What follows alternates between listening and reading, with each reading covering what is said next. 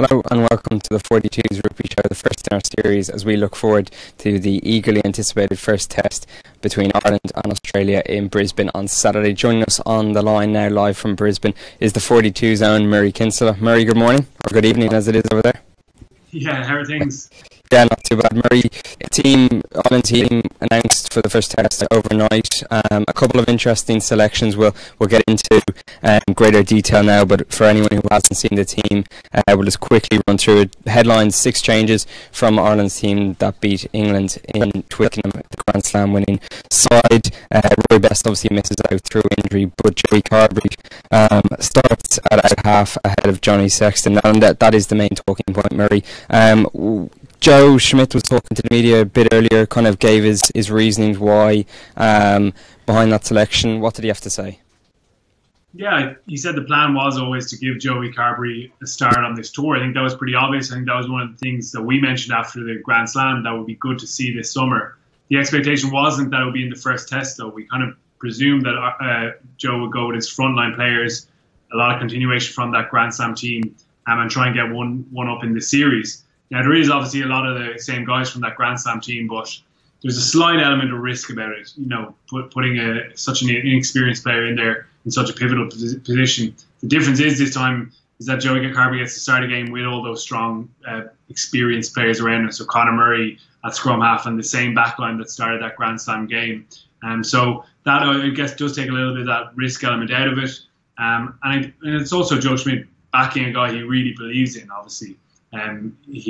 Joe again kind of distanced himself from Joey's decision to move down to Munster, but obviously he was involved in that. He encouraged it, facilitated it, because he sees Joey Carberry very much as the next in line behind Johnny Sexton. He's investing in himself now in a massive game, and what a big test for Joey Carberry. There's no doubt he has all the skills required. Obviously he doesn't have the experience in a game like this, but I think it's really exciting for Irish rugby to see him get a chance in such a strong Irish team. Yeah, as you said, Murray, just to quickly run through the side there, it's a settled backline. Obviously, Carberry comes in for Sexton, but you've got Carney, Earl, Henshaw, Bundyaki, Jacob Stockdale, Conor Murray, and the rest of the backline. So plenty of experience and know-how in beside them. That's going to be important, isn't it, on Saturday? Yeah, absolutely. It's important around Carberry. He's well able himself. He's a confident young man. Knows he's a good player. But it does help him just feel a little bit more reassured when Bundyaki and Robbie Henshaw are there just to pop the ball off. They're so strong in contact, so composed, both of them very experienced in rugby. Up front, I guess, is a little bit different. The front row is completely changed. You have John Ryan and Herring and Jack McGrath coming into the front row. So again, that is a little bit of a roll of the dice from Schmidt. But he's talked about using this tour as maybe a last chance to trial things with the World Cup in view down the line. So again, I think it's positive if they come through that test. But certainly the temptation would have been just to go with that Leinster front row again. He did mention in the press conference that those 6 Leinster guys, or rather 5 Leinster guys if you include Gary Ringrose, who's out of the squad completely, and they've had a big month with their province, obviously. A couple of big finals, huge games back-to-back. And so they do step back a little bit from it, albeit onto the bench in the case of the front row, and Johnny Sexton just providing that security there maybe in the second half if things are going a little bit poorly for Ireland. But I still think Joe Schmidt has managed to keep enough of what would be perceived as his frontline team in there, as well as trying out a couple of those combinations, and that's a positive. This tour was always going to be about balancing those two things, going for that series win, which Ireland undoubtedly are, and also getting a sense of different combinations and new players. So for me, it's a pretty positive team selection. Yeah, just sticking with the forwards momentarily. Obviously, Rob Herring starts at hooker. Rory Best was ruled out last week through that hamstring injury. I mean, you talked about giving the Leinster lads who had a tough end to the season, a physically tough end to the season, going deep in both competitions and obviously winning both competitions. Sean Cronin starting on the bench, Rob Herring getting his chance from the off, Noel Scanlon is obviously the other hooker on tour. What did you kind of make of that selection? Is that kind of a straightforward enough one to give Herring a chance from the off and kind of save Cronin in reserve? Yeah, to be honest, it surprised me. I think Sean Cronin's obviously played a lot of big games recently, but I think he'd rather be wearing that number 2 jersey, particularly with Best missing. He's been waiting for his opportunity.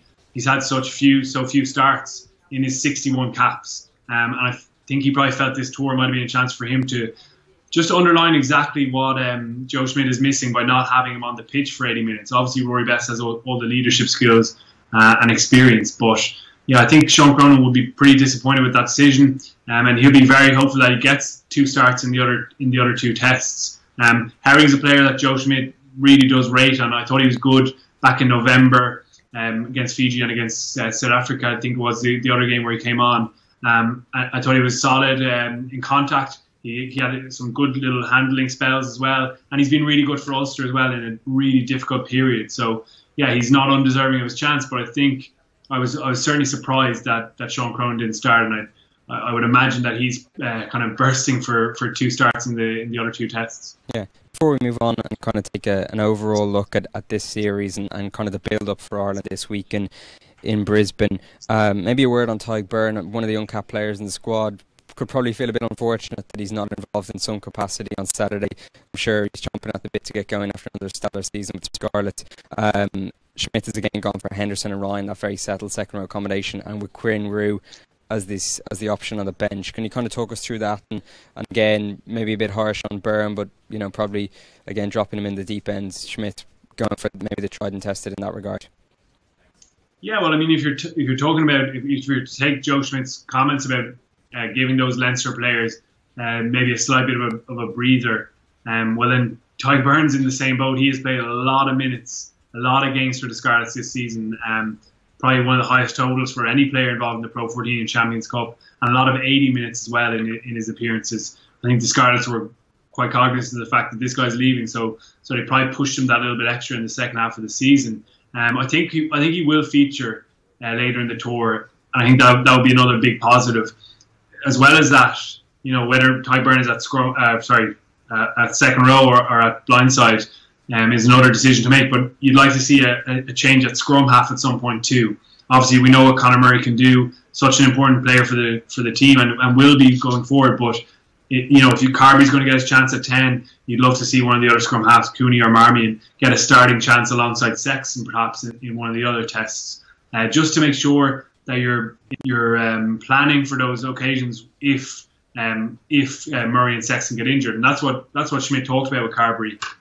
He said, Johnny may not always be in the seat, and if he's not in the seat, you want the other guys coming in to have had experience of being that guiding figure, that leading figure. Because in the last World Cup, that's what happened. Ian Madigan stepped in for Johnny Sexton without having had those big experiences, and clearly, nothing matches having been exposed at this level. So I think it'll be good to see that happen at scrum half as well. And I do think Tadhg Byrne will get a chance, potentially even if it's just off the bench. But that would definitely put the icing on the cake of what has been a really strong season from him. So it was always going to be the case that Schmidt would mix his team up over these 3 tests, I think. And we're likely to see everyone involved, I think. Yeah, quick word maybe on the Australians, 2 debuts in their side, Monkojeka naming his side overnight again. What did you kind of make of their selection again? Plenty of familiar faces for fans, plenty of quality in their side throughout. Yeah, I mean, there's 2 debutants, as I say, but it's over 600 caps of experience and some like massive players like Israel Folau and Pocock and Hooper, who everyone's very familiar with. The 2 debutants are very interesting ones. The hooker, Paenga Mosa, obviously very inexperienced in the game. He was playing in the Shoot Shield kind of lower tier competition just a year ago, and he's had a pretty remarkable rise. And Caleb Timo at number 8, really interesting guy. We were speaking to him during the week. He was driving on Uber there just over a year ago, trying to supplement his wages. He had just come back from a kind of mission with the Mormons. He was over in New Zealand and Samoa doing that. So he's had to work hard to get where he is. Big ball carrier. He can offload, he can pass. So I think he'll be well suited to the style of play the Wallabies are going to employ. The hooker, that is probably an area that Ireland go, actually, we can kind of target that there. Ireland's packet is so powerful, so dominant in the Six Nations. I think they'll be looking for a continuation of that. But overall, I think it's a pretty strong Wallabies team. The back 3 again is interesting with Dane Haley-Petty, picked on the left wing. He's well known, obviously, as a fullback and good in the air as well. So the Wallabies will look for a bit of strength in that area. The one that probably surprised Ireland, I think, was at 13. I think they were expecting Tavita Kurandrani to start there just because his defensive game is that bit more solid, reliable. Samu Karevi starts there, and he's an unbelievably explosive athlete. Very difficult to tackle one-on-one, but he does tend to make some bad reads in defence. And I think Schmidt will possibly look at him with some of the set-piece plays, and Corey Betty out on the right wing as well, who's a lethal finisher, but possibly doesn't have that really strong positional sense either. So there's a couple of maybe little chinks there for Schmidt to pick at, but really it is an exciting Wallabies team. And even Isaac Roda in the second row, he's a really impressive 21-year-old lock, and he's a really hard grafter, loves hitting his rucks. So there's lots of youthful talent coming through there, and I think the Wallabies feel they're now at a point where they've had a kind of transition since the last World Cup, 27 debuts in that time, and I think Cheika feels they're getting to a point now where that experimentation, I guess, is going to start paying off. Yeah, for sure. We'll touch on it a bit later, Ireland's build-up, but just in terms of the Wallabies, what has the kind of build-up been like over there? Because we've heard it's kind of been battling for column inches, this whole build-up to the first test. Ticket sales have been strong for Brisbane, but is there pressure on Cheika and his team to go out there and really produce? As you said, they've been kind of in that, experimenting for the last kind of couple of years, and now it's kind of getting into crunch time for this side under Michael Cheika. Yeah, I mean, that's been really interesting, just being over here, is just, I guess, the sense of how they have to fight for every column inch, for every bit of media coverage. How they actually facilitate the media coverage over here is very different. With Ireland, for example, it's quite tightly managed. A select few players put up for interview with a whole group of journalists. Whereas over here, if you arrive on a Tuesday after training session, you wander in, all the players are standing around getting ready for training, and you can kind of just wander around and chat to whoever you want one-on-one. So there's great access. They send out interviews and video footage to news channels so that even if they don't have one of their journalists there Tuesday, it's going to get a session, maybe a small package. You wander in, all the players are standing around. Michael Cheika did an article on the players, wander around and Australia this week, one-on-one. So there's great access. Really kind of rare for a head coach like that, and video footage to news channels, putting his ideas out there. If they don't have one of their journalists, it's really interesting to see that state of origin. You wander in, all the players are standing around. Michael Cheika on Wednesday night, and New South Wales beating Queensland in typically ferocious battle, unbelievably physical, but the build up to that was incredible. Like 5-6 pages in the newspapers, a lot of chat on TV and radio, and there's a big boxing fight in Las Vegas with a boxer from Brisbane this weekend as well. So there's lots of other things there, and I think what the Wallabies really need is big wins against big teams like Ireland to get into the kind of public consciousness, and that's a constant battle for them, not just this time around. Yeah, and for Schmidt and his side, it's been quite welcome for them, and they've been happy to kind of go under the radar in Surfers Paradise, where it's quite a tranquil area. Obviously, it's their winter, so it's not peak tourist season, so they've been able to kind of go about their preparations in a quiet manner. How have they gone? Because we've heard a lot about kind of battling jet lag and offsetting the effects of that. So preparations seem to have gone well. Players have enjoyed their down days. We've seen them jet skiing, playing golf, etc. And Schmidt, before the tour, spoke about how important these tours away are, especially building up to a World Cup, to build that atmosphere within the environment. Yeah, absolutely. I mean, it's worked out really well for him. I think choosing to go down to Surfers Paradise has been a bit of a masterstroke.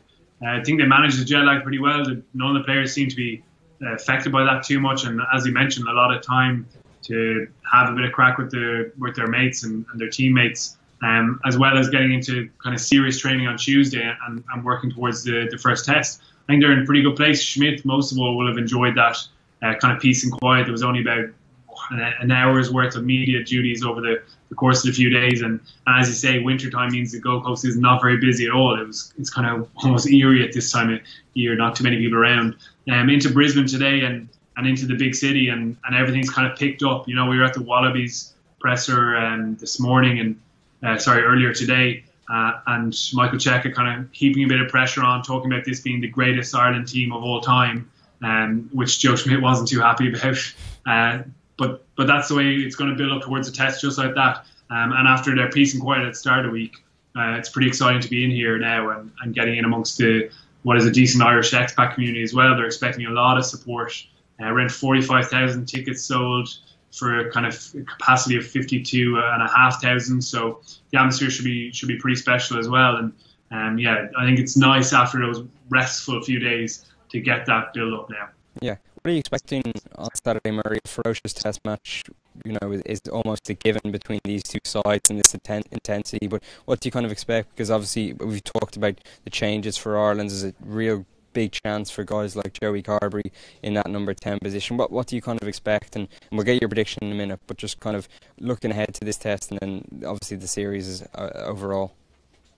Yeah, well, I'm really interested to see how Ireland managed the kind of Wallabies' threat on turnover and kick return possession. Obviously, Ireland are really good at limiting those opportunities for opposition. They control possession so well, they pressurise the opposition so well, but the Wallabies only need a glimpse of an opportunity. For a guy like Israel Folau, who is virtually impossible to tackle one-on-one because he'll either break that tackle or get a really good offload away, and suddenly the Wallabies are motoring.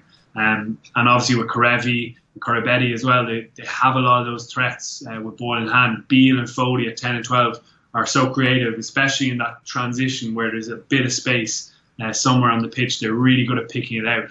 So for me, it's going to be interesting how Ireland manage that. A style of play that's not quite Northern Hemisphere-esque. It's something different. It's a different tactical strength that the Wallabies have. I do think the Irish team, despite those couple of changes, will look to use whatever similar tactics to what they did during the Grand Slam. Real focus on being one of the best breakdown teams in the world, and that's something the Wallabies have recognised. A guy like Pocock, you'd expect him to get multiple turnovers in every game, but the last time he played Ireland, 2016, he was shut down, and Ireland have got better at ruck time since then. So that ball retention, obviously the kicking game has been strong with Murray. Obviously Carberry needs to step up in that regard. Johnny Sexton doesn't tend to kick as much as Murray, but when he does, it's invariably a Gary Owen that hangs for 5 seconds and gives everyone a chance to get a lot of pressure on. Ireland, obviously, in phase play have developed over the last couple of years, and this is an interesting test for them now against a team who are strong in that regard. Under Stephen Larkham, the Wallabies attack coach, they're good in phase play at getting a bit of shape and using a guy like Michael Hooper out wide, and obviously those creative backs we've mentioned. So Ireland going up against that and trying to show their improvement in that way as well would be really interesting. That's something that Carberry Pride does give you. Johnny Sexton, obviously, brilliant creator in open play and in phase play, but with Carberry's little bit of footwork, that delightful kind of passing game he has as well, really interesting to see how that goes. So yeah, up front, I think Ireland will still be confident, even with a change of front row, that they can bully another pack, and that's a massive test for the Wallabies. Yeah, can we press you for a prediction? Yeah, I do think Ireland are going to win the test still. I always felt coming into this series that it was going to be 2-1. I knew we knew there were going to be changes between test sides, but I just still think that there's a nice blend there for Ireland. Obviously, a big decision at 10, and we don't know how Joey Carberry is going to go. Whereas with Johnny Sexton, you're guaranteed at least a 7 out of 10 performance every time. He's always really strong, always really impactful on the game. But I just think there's enough experience there. Conor Murray, Rob Kearney, those guys who've been there and done it. There's the flow of confidence from a Grand Slam. And although Ireland will talk themselves down all this week and have been doing as underdogs, I definitely still think they're favourites for this game. And I'd be surprised if they lost the opening test. Yeah, brilliant. Thanks a million, Mary. Thanks for joining us. Enjoy Saturday. Cheers. Thanks a million. Thanks for joining us as well. We'll be back on Saturday shortly after the game to look back on that first test. Until then, goodbye.